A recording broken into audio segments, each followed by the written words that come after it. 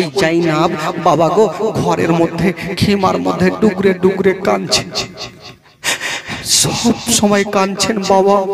উনার দুটা বেটা যাদের বয়স কেতাবে লিখছেন 13 এবং 14 বছরের ছেলে আউন ও মোহাম্মদ মার হাতখানা ধরেছেন। মা গো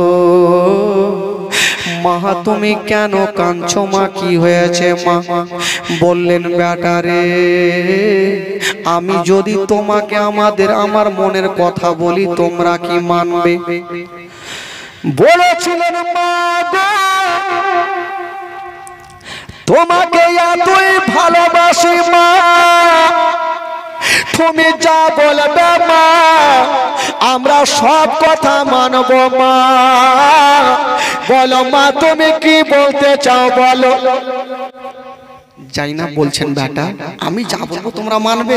বলে হ্যাঁ মা তুমি যেটাই বলবে আমি সেটাই মানবো। জাইনাব কি বলেছিলেন বাবা?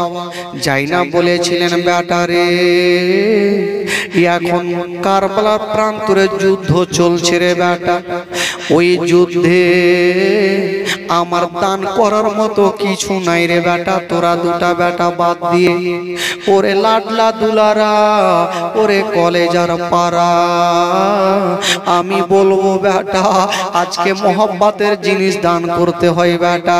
তোমরা আমার মহব্বতের জিনিস, তোমাদের একটা কথা বলবো বেটা, যারে বেটা যা কারবালার প্রান্তরে যুদ্ধ চলছে বেটা, তোরা যুদ্ধ করে নিজের গর্দানটা কাটিয়ে দে বেটা, আমি শহীদের মা হতে চাই।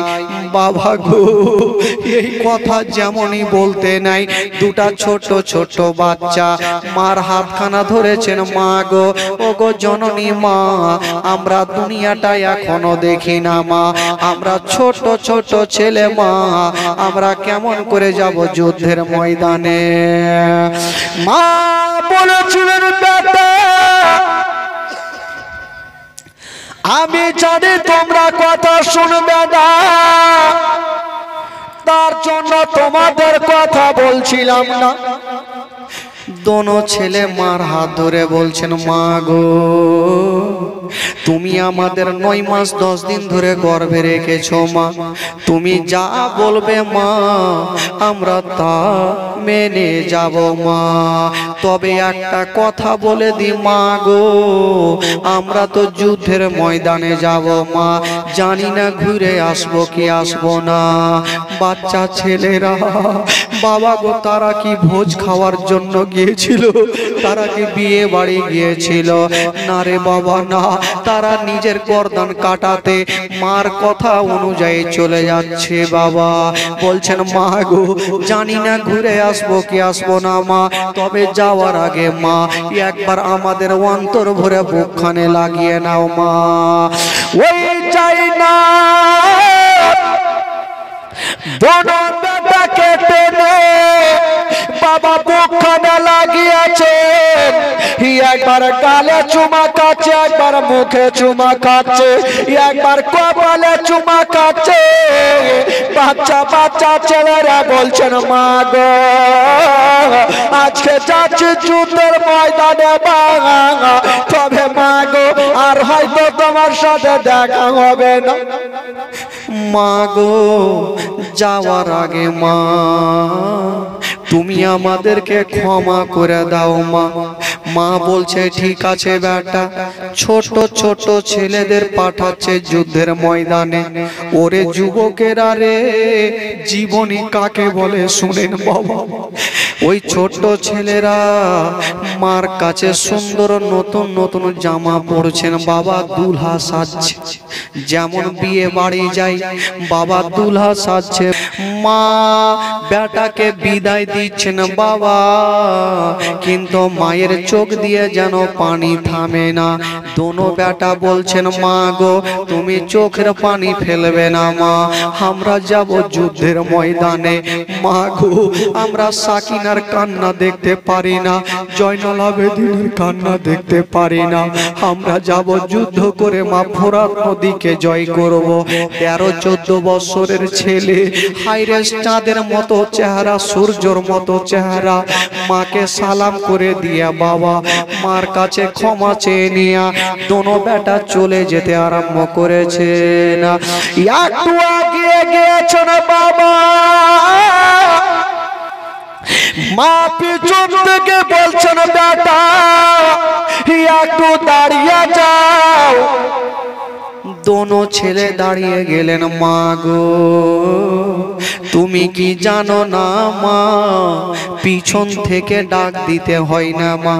কেউ যদি দিল্লি বোম্বাই যায় তবে পিছন থেকে ডাকতে হয় না মা, তুমি কেন ডাক দিলে বলো? মা তখন বলেছিল বেটা আমি এই জন্য ডাক দিলাম, আমার একটা কথা আছে বেটা, তোমরা শুনে নাও, ব্রেনের মধ্যে রেখে নাও। আর কি কথা বলবে মা? মা তখন বলেছিল বেটা রে তোমরা যুদ্ধের ময়দানে যাচ্ছ, যাও বেটা, যদি তোমাদের মধ্যে কাউরি পিঠে তীর লেগে যায় বেটা, আমি তোমার মা দুধের ঋণ মাপ করব না। বাচ্চা ছেলেরা বলছেন মা ওখানে তো যুদ্ধের ময়দান, হাজার হাজার সৈন্যরা থাকবে মা, পিছন থেকে সামনে থেকে কোন দিক থেকে তীর আসবে মা বলা যায় না, কেন দুধের ঋণ মাফ করবে না? বলেছিলেন বেটা রে যদি তোমাদের পিঠে তীর লেগে যায় বেটা, আমি জানবো তোমরা ভয়ে যুদ্ধের ময়দান থেকে পালিয়ে আসছিলে বেটা, আর পিছন থেকে দুশমনেরা তীর মেরেছে। তোমরা নবী বংশের ছেলে বেটা, তোমরা পিঠ দেখিয়ে ভেগে আসবে না, যদি পিঠে তীর লাগে আমি জানবো তোমরা ভয়ে পালিয়ে আসছিলে। দোনো বেটা বলেছিলেন মা গো আমরা যুদ্ধ করব মা, আমরা জান দিয়ে দেব, জীবন দিয়ে দেব মা, আমরা পিঠে তীর লাগতে দেব না মা। মা গো পিঠে তীর লাগতে দেব না। বাচ্চা বাচ্চা ছেলেরা যাচ্ছেন, মা বলছেন বেটা যদি পিঠে তীর লাগে আমি দুধের ঋণ মাফ করব না, এই কথাটা মনে রাখিও। মাকে সালাম করে দিয়া বাবা গো যুদ্ধের ময়দানে হাজির হয়ে গেল। এত সুন্দর চেহারা, এত সুন্দর চেহারা, একটা দুরাচার দৌড়িয়ে চলে আসলো হাতে তরবারি নিয়া, আর বলছে ওরে ছেলেরা তোমাদের চেহারা দেখতে সুন্দর, ভালো লাগে, যদি পারো তোমরা মায়ের বুকে ফিরে যাও। ওই বাচ্চা বাচ্চা ছেলেরা উত্তর দিয়েছিল ওরে ইয়াজিদের সৈন্যরা আমাদের চেহারা ভালো লাগে রে, আর হোসেনের চেহারা কি ভালো লাগে না? আমাদের চেহারা ভালো লাগে রে। আলী আসগরের চেহারা কি ভালো লাগে না? আমাদের চেহারা ভালো লাগে রে। আলী আকবরের চেহারা কি ভালো লাগে না? আমাদের চেহারা ভালো লাগে রে। জয়নাল আবেদিনের চেহারা কি ভালো লাগে না? আমাদের চেহারা ভালো লাগে রে। আবুল কাসিমের চেহারা কি ভালো লাগে না? যে তাদের জন্য তোরা পানি বন্ধ করে দিয়েছিস। ওরে দুরাচারেরা আজকে মার কাছে ক্ষমা চেয়ে নিয়েছি, আজকে মারবো না ভাই মরবো, আজকে একটাকে ও জিন্দা রাখবো না। আজকে মার কাছে ক্ষমা চেয়ে নিয়েছি, আজকে একটাও জিন্দা রাখবো না। ওই দুরাচার চোখ লাল হয়ে গেল। হ্যাঁ বাচ্চা বাচ্চা ছেলেরা চ্যালেঞ্জ করছে, ঠিক আছে বেরাদার বন্ধুরা ওই দুরাচার বাবা গো সঙ্গে সঙ্গে হাতে ছিল তরবারি খানা, ওই ছোট্ট বাচ্চার বাবা গলাতে চালিয়ে দিয়েছে। যেমনই তরবারি খানা চালিয়েছে মা, ওই বড় ভাই বাবা ঢালে এড়ে নিল, আর ছোট্ট ভাই তরবারি চালালো, ওই শয়তানের মুন্ড কেটে জাহান্নামে পৌঁছে গেল। বাবা গো আর এক দুরাচার আসলো, উনাকে ও জাহান্নামে পৌঁছে দিল। যার শরীরে নবী বংশের রক্ত আছে গো, তার সঙ্গে মোকাবিলা করে কেউই টিকতে পারে না, কেউ টিকতে পারে না। ও যুবক বন্ধুরা, ওই তো নবাই বাবা গো যত বাবা যুদ্ধ শুরু হয়ে গেছে, হাজার হাজার সৈন্যরা চলে আসলো। বাবা গো যুদ্ধ শুরু হয়ে গেছে। তোনবাই রাতে ছিল তার বাড়িখানা, বাবা কলার গাছের মতো ঝুড়ে দিচ্ছে। যেই মতো কলার গাছকে ঝুড়ে দেওয়া হয়, শয়তানদের মুন্ডকে ঝুড়ে দিচ্ছে। বাবা ওই দোনো ছেলের সামনে কেউ টিকতে পারে না। একদিকে বড় ভাই বাবা যুদ্ধ করে, একদিকে ছোট ভাই যুদ্ধ করে। আর এক দুরাচার একখানা যেন বাবা বল্লম চালিয়ে দিল নিশানা করে। এত জোরে বল্লম চালালো গো, ওই বল্লম খানা গিয়ে লাগবি তোলা। বড় ভাইয়ের হাতে লাগলো না, পায়ে লাগলো না। ওই বল্লম খানা গিয়া বড় ছেলেটার চোখের কোণাতে ঢুকে গেল। যেমনই চোখের কোণাতে লেগে গেছে মা, বড় ছেলেটা মা বলে জমিনে পড়ে গেল, অজ্ঞান হয়ে গেছে, জ্ঞানটা হারিয়ে গেছে। ছোট ভাই একদিকে যুদ্ধ করছে, বাবা ইয়াকে দুরাচার বাবা গো একখানা তীরের নিশানা করে এত জোরে চালিয়ে দিয়েছে। ওই তীরখানা গিয়ে বাবা লাগবি তো লাগ, ছোট ছেলেটার হাতে লাগলো না, পায়ে লাগলো না, পেটে লাগলো না। ওই তীরখানা গিয়া ছোট ছেলেটার পিঠে লেগে গেল। পিঠে লেগে বাবা পেট দিয়ে বার হয়ে গেছে। মা বলে উভুর হয়ে জমিনে পড়ে গেল। আর যেমনই মা বলে পড়েছে গো, মার কথা স্মরণ হয়ে গেল। মা বলেছিল, বেটা যদি পিঠে তীর লেগে যায় বেটা, আমি দুধের ঋণ মাফ করব না। বাচ্চা ছেলেটা পড়ে আছে, আল্লাহ আমার পিঠে যে তীরখানা লেগে গেল, আমার মা যেন দেখতে না পাই। আমার মা যদি দেখে নাই, মা দুধের ঋণকে মাফ করবে না। ছোট ছেলেটা তীরখানা ধরার চেষ্টা করে, কিন্তু তীরখানা ধরতে পারে না।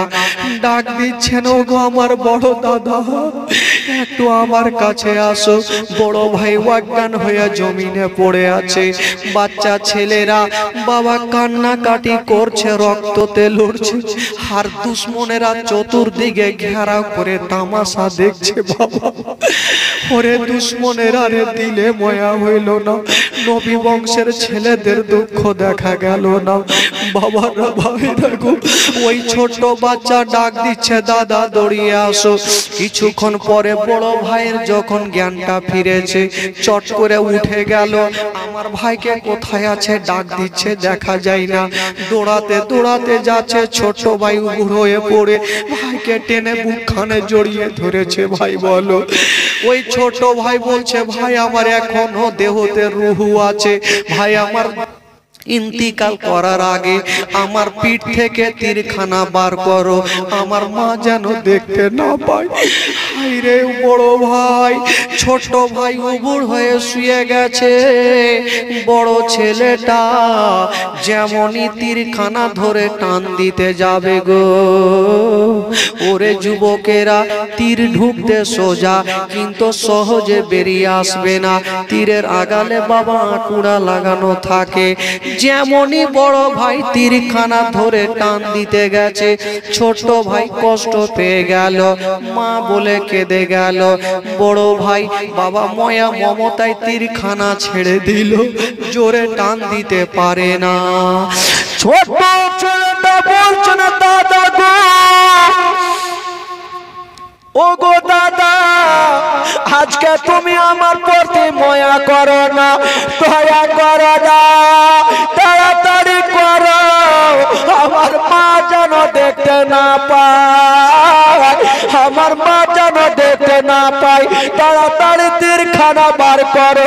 ও জননী মা, বাচ্চা বাচ্চা ছেলেরা, ওরে যুবকেরা, সেদিনের দৃশ্যটা কেমন ছিল বাবা? 10 মুহররমের দিনে কারবালার প্রান্তরের ঘটনা কেমন ছিল বন্ধুরা? ছোট ছেলেটার তীরখানা যখন টানতে পারে না, ভাই তো ভাইয়ের ওপরে মায়া ছিল, একটা দুরাচার দূর থেকে দৌড়িয়ে চলে আসলো, ওরে ছেলে রে, তোমার ভাইয়ের তীরখানা তুমি টানতে পারবে না, আমাকে দাও, আমি তোমার ভাইয়ের তীরখানাকে টেনে দেব। ভাই তো ভাইয়ের ওপরে মায়া ছিল, দয়া ছিল, জোরে টানলে ভাই কষ্ট পাবে। ওই দুরাচারদের কোনো দয়া ময়া ছিল না, কপালে সিল মোহর লাগা ছিল। ওই দুরাচার নিজের একটা পা বাবা ছোট ছেলেটার পিঠে রেখে দিয়েছে। একটা ছোট বাচ্চার পিঠে যদি একটা বড় লোক পা দেয়, বলুন তার অবস্থা কি হতে পারে? এক তো তীরের জ্বালা সহিতে পারে না, আবার একখানা পা ছোট ভাইয়ের পিঠে রেখেছে। বাবা বাচ্চাটা যেন মুখে কথা বলতে পারে না, বড় ভাই এসে পা ধরেছে, ছেড়ে দাও, আমার ভাইয়ের পিঠে পা দিও না, আমার ভাই সহ্য করতে পারবে না। বাবা গো, ওই দুরাচার বড় ছেলেটাকে ধাক্কা দিয়ে বাবা জমিনে ফেলে দিল। এতক্ষণ একটা পা দিয়ে চেপেছিল, এবার দুরাচার জোড়া পা দিয়ে বাচ্চার উপরে চেপে গেল। বাবা গো, যেমনই ওই বাচ্চার ওপরে চেপে গেছে মা, বলুন বাবা, ওই 11-13 বছরের বাচ্চাটার অবস্থা কি হতে পারে? মুখে কথা বলতে পারে না, শুধু হাতের ইশারা করছে, নেমে যাও গো, নেমে যাও গো, সহ্য হয় না, আমি থাকতে পারি না, নেমে যাও। ওই দুরাচার বলল, ছেলেরে তুমি চিন্তা করো না, তোমার তীরখানা আমি টেনে দেব। বাবা গো, ও গো মা বোনেরা, ওই দুরাচার বাবা গো জোড়া পা দিয়ে পিঠে চেপেছে, আর দুই হাতে তীরখানা ধরে এত জোরে টান দিয়েছে বন্ধুরা, তীরখানা তো বেরিয়ে আসিল। বাবার রক্ত মাংস নাড়ি ভুঁড়ি বেরিয়ে গেল, নাড়ি ভুঁড়ি গুলা বেরিয়ে গেছে। বাবা গো, ছোট ভাইকে বড় ভাই সঙ্গে সঙ্গে গামছা দিয়ে পেটটাকে বেঁধে দিয়েছে। বলছে, ভাই রে, তোমার কি ব্যথা হয়েছে ভাই? বলল, দাদা গো, ও গো দাদা, আমার যা ব্যথা হয়েছে দাদা, একবার আমাকে আমার মার কাছে নিয়ে চলো, আমি একবার মায়ের কাছে যাব দাদা, মার সঙ্গে কথা বলবো। বাবা গো, বাচ্চা বাচ্চা ছেলেরা যুদ্ধের ময়দান থেকে যেন পৌঁছে গেল খিমাতে। ওই দিকে মা বলছে, বেটা রে, তোরা কি পালিয়ে আলি? ছোট ছেলেটা মার হাত ধরেছে, মা গো, মা গো, আমি পালিয়ে আসি নাই মা, আমার পিঠে তীর লেগেছিল মা, আমাকে শয়তানেরা পিছন থেকে তীর মেরেছিল মা। যাই না বলছে, ছেলেরা আমি ভালো করে জানি, আমার কলেজের পড়া, আমার নয় তারা, তোরা কখনো পালিয়ে আসবি না, তারা পিছন থেকে তীর মেরেছে। ওরে বেটা রে, তোদের পিঠে তীর লাগেনি রে বেটা, ওই তীরখানা আমার কলেজাতে লেগেছে,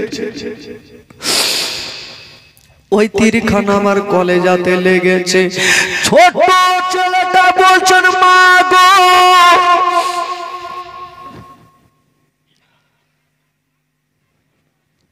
ও গো জননী মা, আমি যুদ্ধের ময়দানে যুদ্ধ করেছি মা, তবে আমি ভয়ে পালিয়ে আসি নাই মা, তবে মা গো, আমি অনেক জন্য মরণের রাস্তা দেখিয়ে দিয়েছি মা গো, আমার হুলকুমটা শুকিয়ে গেছে মা। মা গো যদি পারো মা তবে এক পিয়ালা আমাকে পানি দিয়ে দাও মা। যদি এক পিয়ালা পানি পেয়ে যাই মা তবে আমার মামা হুসাইনকে কারবালায় যুদ্ধের ময়দানে যেতে হবে না। আমরা দোনো ভাই 22,000 সৈন্যকে নাবুদ করে দেব। মা বলেছিল বেটা রে আমি তোমাদের সব দিতে পারবো বেটা, কিন্তু তোমাদের পানি দিতে পারবো না। বাবা গো ওই বাচ্চা ছেলেরা বলছেন মা গো যখন তুমি পানি দিতে পারবে না মা আমাদের একবার মা গো বুকখানে জড়িয়ে ধরে নাও মা। মা গো একবার বুকখানে জড়িয়ে ধরে নাও মা, আমরা কি করব মা? মা বলেছিল বেটা রে তোরা তাড়াতাড়ি করে আমার যুদ্ধের ময়দানে যা আর যুদ্ধ করে গলা কাটিয়ে দে। দেখুন মা কেমন ছিল আর বেটা কেমন ছিল বাবা দেখুন। বাবা গো ওই বাচ্চা ছেলেরা মার কথা শুনে আবার যুদ্ধের ময়দানে হাজির হয়ে গেল। পেট দিয়ে রক্ত পড়ছে বাবা, বাচ্চা বাচ্চা ছেলেরা যুদ্ধের ময়দানে হাজির। ওইদিকে আজিদের সৈন্যরা বললো বলে তোরা কে আছিস রে, তোরা চতুর্দিক থেকে হামলা করে দে, একই সঙ্গে হামলা করে দে। বাবা গো যেমনই দুই বাচ্চা যুদ্ধের ময়দানে যেতে নাই চতুর্দিক থেকে ঝর্ণা শুরু হয়ে গেল, তীর শুরু হয়ে গেল। বাবা গো ডানে তীর বামে তীর, হাতে লাগে টেনে দেয় পায়ে লাগে টেনে দেয়, কোনটা তীরকে থামবে রে বাবা? দোনো ছেলে বাবা কাতর হয়ে গেল, সহ্য হয় না, জমিনে পড়ে গেছে। আর দুশ্মনেরা এসে তরবারি নিয়ে দাঁড়িয়ে গেল। ওরে ছেলেরা এবার তোমাদের মাথা কেটে নেব। বাবা গো ওই দুরাচার বাবা যেমনই তরবারি খানা নিয়া বড় ভাইয়ের গলাতে চালাতে যাবে, ছোট ভাই বলছে কে আছো গো আগে আমার গলাটা কাটো তারপরে আমার ছোট ভাইয়ের গলা কাটবে। যেমনই বাবা ছোট ভাইয়ের বড় ভাইকে কাটবে, ছোট ভাই বলছে কে আছো গো আগে আমার গলা কাটো তারপরে আমার বড় ভাইকে কাটবে, কারণ আমি ছোট ভাই হইয়া আমার বড় ভাইয়ের লাশকে দেখতে পারবো না। বাচ্চা বাচ্চা ছেলেরা বাবা গো এই ধরনের কথা বলে, তবুও তাদের দিলে দয়া হয় না ময়া হয় না। ওরে যুবকেরা ওই দুরাচার বললো এক কাজ করো তোমরা একই সঙ্গে শুয়ে যাও, আমি একই সঙ্গে তরবারি চালাবো। বাবা গো দোনো বাচ্চা একই সঙ্গে শুয়ে গেছেন বন্ধুরা। আর ওই দুরাচার তরবারি খানা নিয়া যেমনই বাবা চালাতে যাবে, ছোট ছেলেটা বলছে দাদা গো তরবারি খানা দেখো চকচক করছে দাদা, এখনই আমাদের গলাতে পড়ে যাবে, কতটা ব্যথা পাবো দাদা গো, কতটা লাফালাফি করব। আমার মা যদি এইখানে থাকতো, আমার মা আমাদের মাথাকে বুকখানে জড়িয়ে ধরতো, আমাদের বডিকে বুকখানে জড়িয়ে ধরতো। বাবা গো কথা চলছে আর ওই দুরাচার বাবা গো সঙ্গে সঙ্গে একখানা তরবারি চালিয়ে দিল। যেমন চালিয়ে দিয়েছেন বন্ধুরা, যেমন তরবারি চালাগো ওই তরবারি খানা বাবা বাচ্চাদের গলাতে পড়ে গেল। যেমন গলাতে পড়ে গেছে, একদিকে বডি গেল একদিকে মাথা গেল। বাবা গো সারা জীবনের মতো চলে গেল। ইমাম হোসেন দেরি করলো না, খিমার মধ্যে থেকে দৌড়াতে দৌড়াতে গেল যুদ্ধের ময়দানে গিয়া দোনো ভাগনার মাথা বডিকে নিয়া বাবা খিমাতে চলে আসলো। দোনো ভাগনার মাথা বডিকে নিয়ে চলে আসলো। ওরে বহিন যাই না, এই যে দেখো তোমার বেটাকে নিয়ে এসেছি। যাই না বেটার কাছে গিয়েছেন বাবা, বেটার কাটা মাথাটা বুকখানে জড়িয়ে ধরেছে আর বলছে বেটা রে, আজকে তোমরা মায়ের হকটা আদায় করেছো বেটা, আমি তোমাদের মা দুধের ঋণকে মাফ করে দিলাম বেটা। বাবা গো, আজকাল কোনো মা সহ্য করতে পারবে না, বাচ্চা বাচ্চা ছেলেরা বাবা শহীদ হয়ে গেল। আর যাই না বেটাদের মাথা নিয়ে যেন ডুগরে ডুগরে কান্দে। খিমার মধ্যে সবাই কান্দে গো যুবকেরা, খিমার মধ্যে সবাই হাহাকার হয়ে গেল। ইমাম হোসেন তখন বলেছিল আমার আলিয়ারা, আমার আলী আসকারকে কবর দিয়ে এসেছি, এবার বেটাকে দাও, আমি নিয়ে যাব আমার ভাগনাকেও কবর দেব। আউনো মোহাম্মদকে নিয়ে গেল বাবা, কবরে রেখে দেওয়া হইল। বাবা গো, এবার কবরে রেখে দিয়া ইমাম হোসেন বেটা ভাগনার জন্য দোয়া করবে। বাবা গো, এই হচ্ছে ইমাম হাসান হোসেনের জীবনী।